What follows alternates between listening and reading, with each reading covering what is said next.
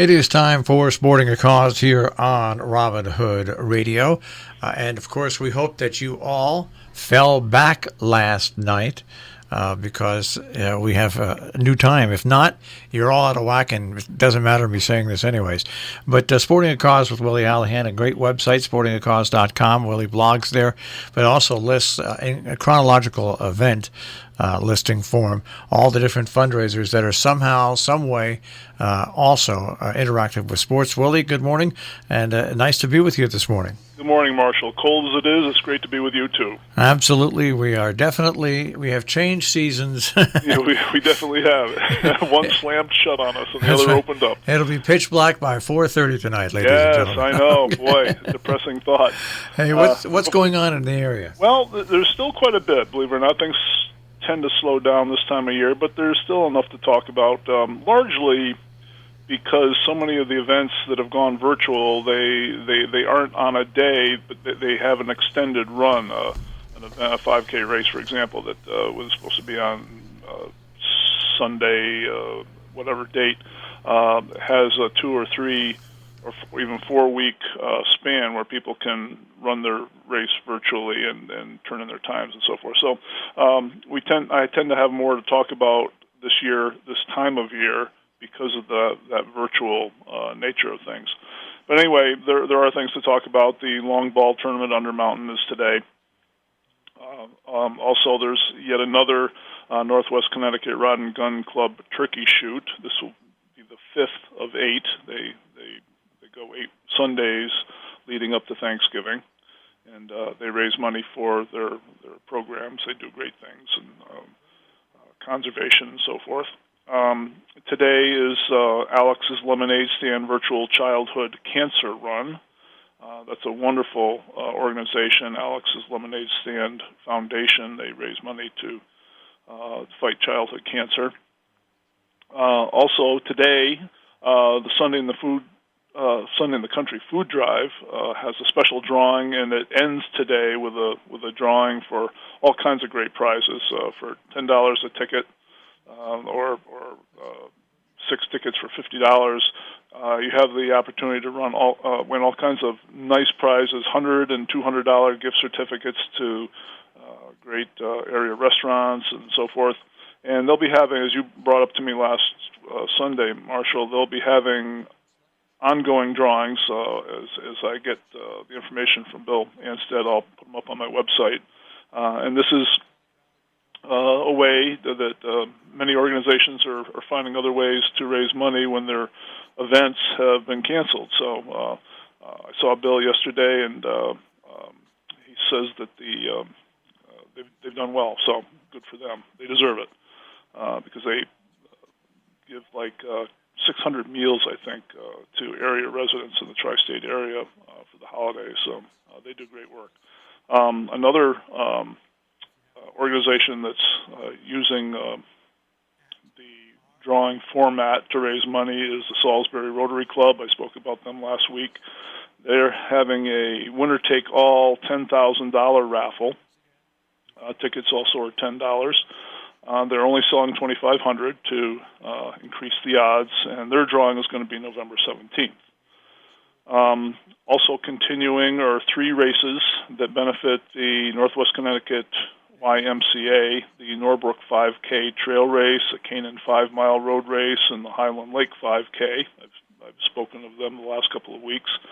These are all semi-virtual events, which means that they're meant to be run on the designated trail or road or course, if you will, but they can be done whenever you want. You register online and turn in your times and take pictures, and this is ongoing up until November 30th. Also, the 3-mile hill hike continues on Wednesday mornings at the Berkshire South Community Center. That goes on through November 25th, right up until Thanksgiving. The Salisbury Beast is another semi-virtual race that's run in Salisbury, downtown Salisbury. It's a challenging uphill and then downhill race, and that's good through November 26th, Thanksgiving Day. The Hotchkiss School annual swim-a-thon would have been today. That's a big fundraiser for Connecticut's Special Olympics swim team. It's been organized for 20-some years by Coach Keith Moon, and clearly they had to cancel that.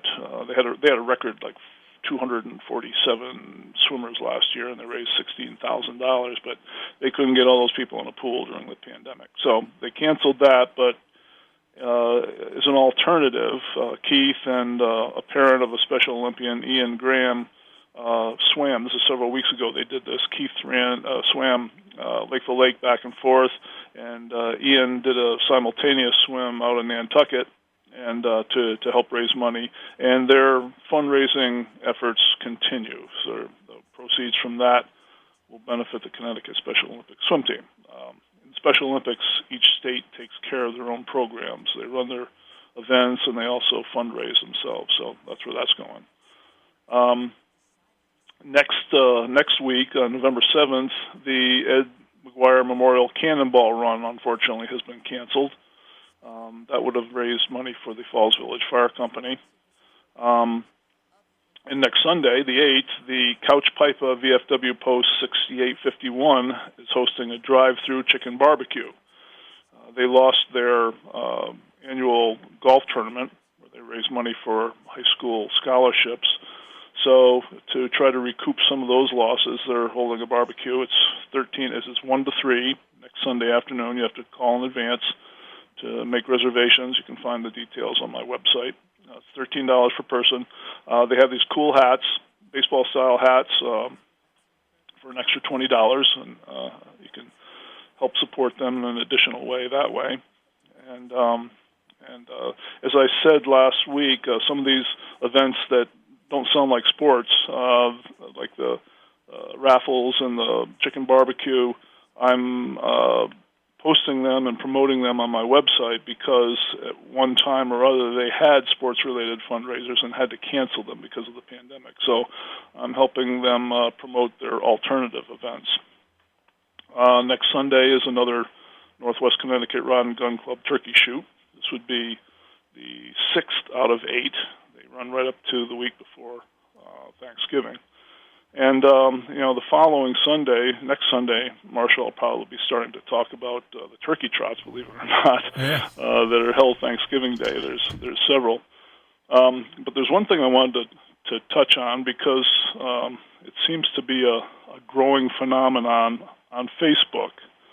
If you're a Facebook watcher, and there are many, and if you're also a runner, of whom there are many, you may have noticed that there's a growing number of virtual races that are posted on Facebook. Now, as you know, as your listeners know, for weeks and weeks, months, I've been talking about local races that have turned virtual.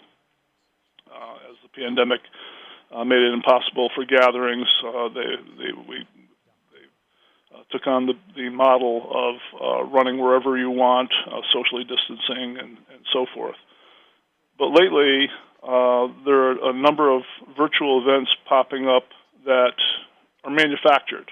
They have nothing to do with our area, first of all. And the other thing about virtual is that they can be anywhere. That's the good news. If you've had to change your event from an in-person event in Cornwall, for example, and make it virtual, you've in effect spread out your runner pool to everywhere because people can do it wherever they are. They don't have to come to Cornwall to run. They can do it in L.A. or Nebraska or wherever. If they have a connection to our area, they can run wherever they want. But there are professional organizations that have, I'll say, taken advantage of this situation, and they've created events to make money. And sometimes, although they are often associated with a cause, the benefit to the cause is unclear or almost non-existent. I'll give you an example. There's one that's quite prominent on Facebook these days. It's called America's Turkey Trot. It sounds good, sounds legitimate, and I have to say that it's not illegitimate, but there's not a whole lot of transparency there, and this is the important part. They're offering a virtual run, a 5K. You run it like all the others. You run it wherever you want. You register. It costs $40 to register, which is kind of on the high end for a running event.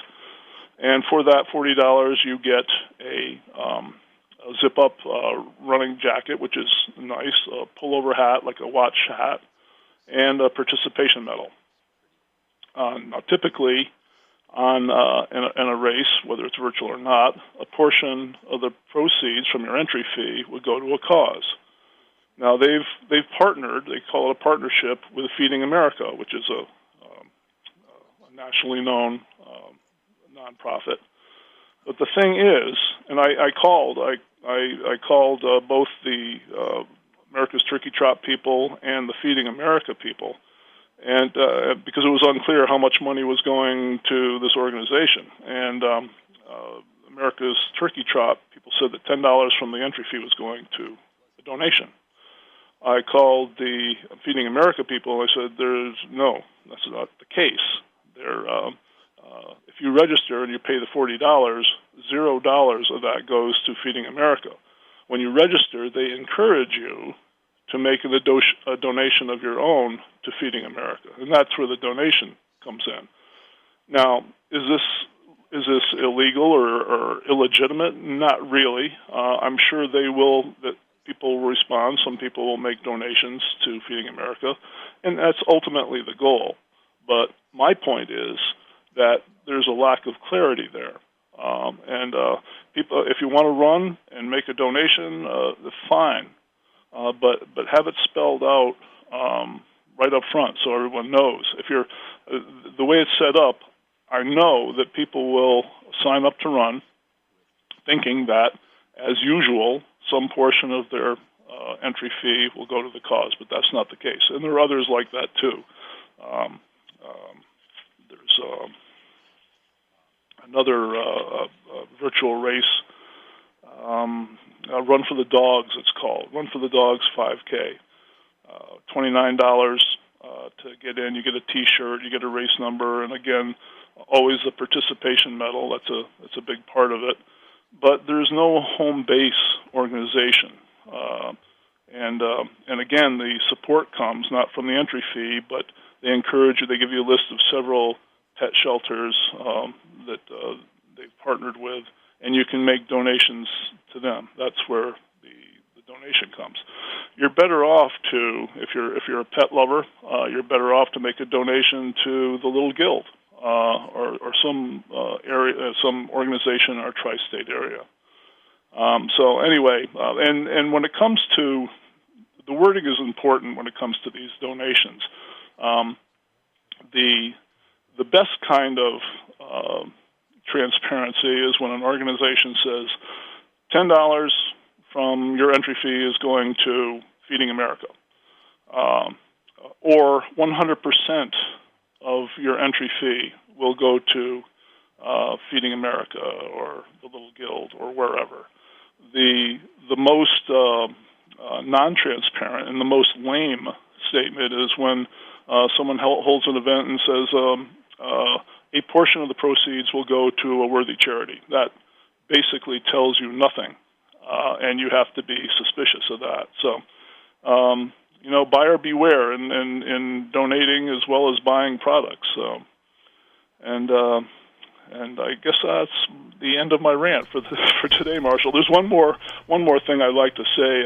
I would like to thank everybody who donated to my birthday fundraiser. I was raising money for the Alzheimer's Association. It's a cause that's important to me. It took my father and my two aunts, and raised over $1,000 thanks to the generosity of my friends and family. So thank all of you for that.